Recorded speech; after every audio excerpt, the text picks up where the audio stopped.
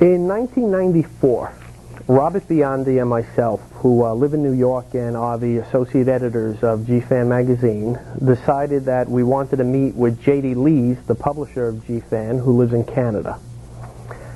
G-Fan was at the point where we were transforming it from a basically Xeroxed, I think it was maybe 24-page fanzine, to a 64-page professionally printed magazine to be going out on the newsstand.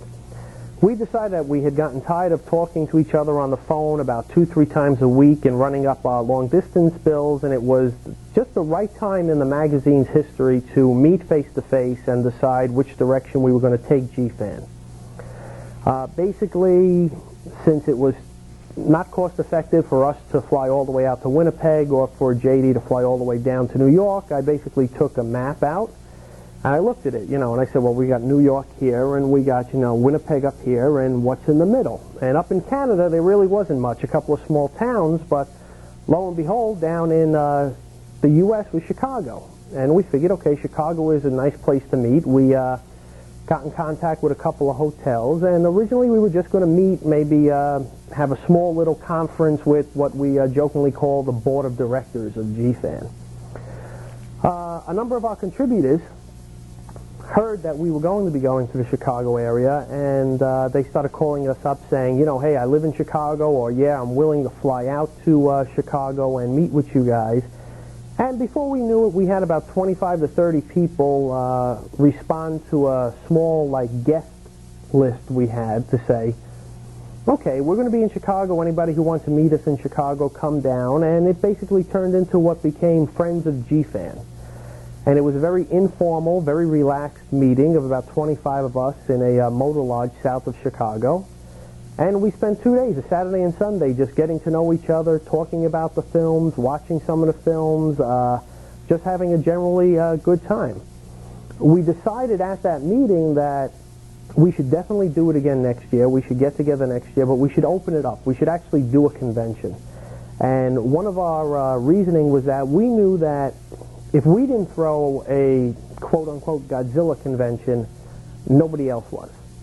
So from 25 people last year sitting in I think it was a Howard Johnson's Motor Lodge south of Chicago, we turned into what became G-Con 95 with, I believe, over 600 attendees.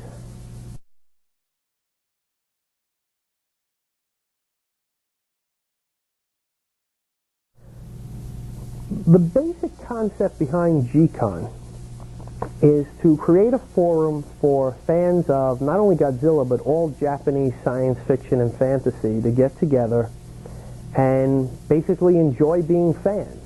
The emphasis, like anyone who has attended G-Con or will attend future G-Cons, the emphasis is on fan participation. We're not like other cons. We gear our programs to be 3-day events. We're not looking to have people constantly coming in and out and running the same program every day like other cons do. We're not interested in making money off of it. We're interested in getting together with other fans and enjoying our hobby. And that's why, we don't go for, we don't make it a marketing con. We don't go for large dealers' rooms with very small theater spaces for people to watch the films and hear panel discussions. It's exactly the opposite. The emphasis on G-Con, and as far as I know, will always be on fan participation.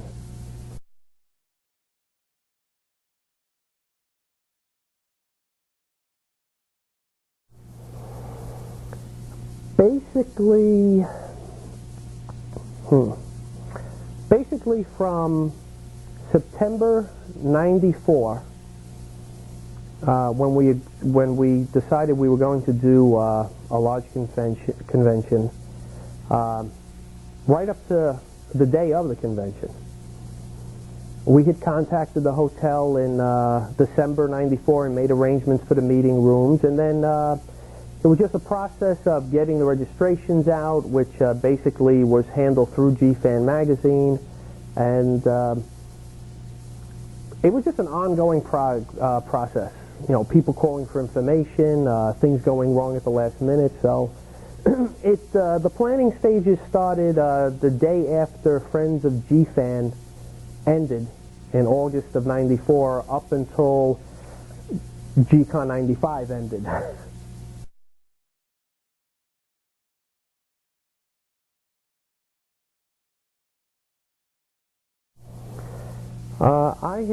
I have experience in planning workshops, professional workshops for the elevator industry, and have college background in experimental filmmaking and multimedia production, and I just basically took it on myself to do it.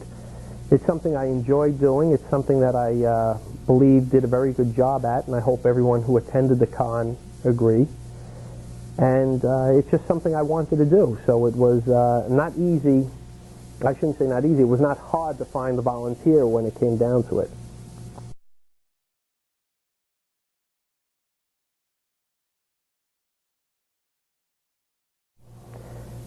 It was challenging in respect to try to juggle a work schedule, a college schedule, writing for G-Fan magazine, and then just intercommunicating with everybody who's involved. So it was challenging in that respect, but I have to admit, considering how everything went, the convention went off better than I expected, and looking back on it now, it was not as difficult as it could have been.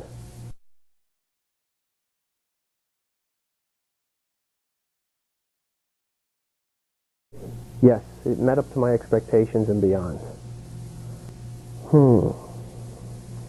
That's hard to answer, since I was busy most of the time running around. I guess my favorite part of the con actually didn't take place during the con, but it was probably the Wednesday or Thursday before, when we were all first arriving. I mean, the key people who are really involved in G-Fan were first arriving, and we had more time to relax. But the con went so well, and you know, my main concern was that everybody enjoyed themselves, that the whole thing was a success as far as I'm concerned.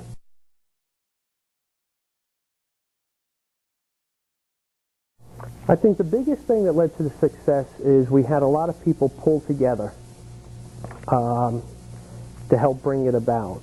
People behind the scenes that helped with the getting the registrations out. You know, Robert Biondi, Carol Pfeiffer, Mike Temple, Jim Saranella, Guy Tucker, to name a few.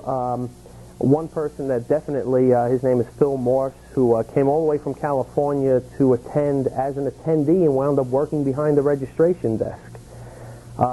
Mike Temple, Jim Saranella had brought people who acted as security for us, and we even had other attendees who were coming up and asking, you know, can we help with something? Can we do that? Just the fan attitude, which everyone wanted to help, and you know, everybody was just friendly to each other. And the hotel's attitude, which in all my years of planning either these type of conventions or professional meetings in the elevator industry, the hotel went above and beyond the cause to accommodate us, and everything just seemed to come together to just make everything run as smoothly as possible.